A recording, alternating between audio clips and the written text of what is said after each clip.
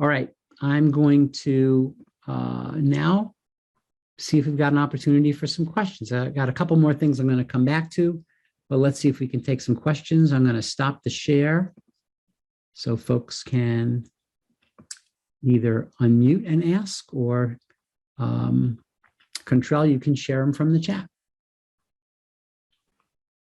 Thank you, Maurice. We'll do so. Again, those directions are: feel free to unmute yourself to ask your question, or go ahead and drop it in the chat there and we'll read it out loud.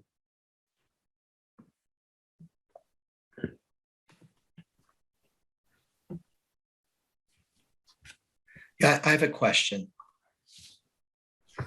Maurice, I'm curious, given today's world and what our leaders are modeling, it seems in direct contradiction to the skills we want to teach our kids.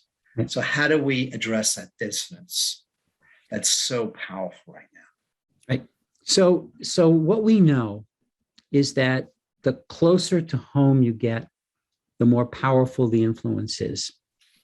So kids are going to be tremendously influenced by their family. And if you go concentrically outward from that, they're going to be tremendously influenced by their school. What happens in their school over the course of 180 days is extremely influential on our kids.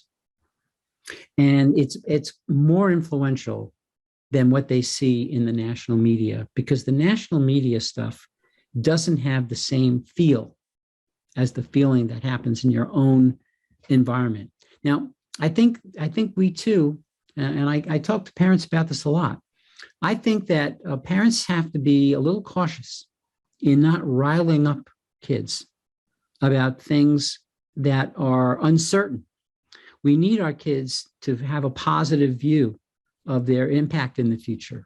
We really don't need our kids to feel like there's nothing that can be done. There's nothing that they can do. There's nothing anyone can do. There's a lot of talk like that, and that's not going to give our kids a sense of agency. I admit the road ahead is not a simple one, but it's going to require our kids to get engaged in democracy. It's a whole other conversation about the role of civic education. But if our kids are not prepared to be engaged, then we can't expect to see different results from the results we're seeing.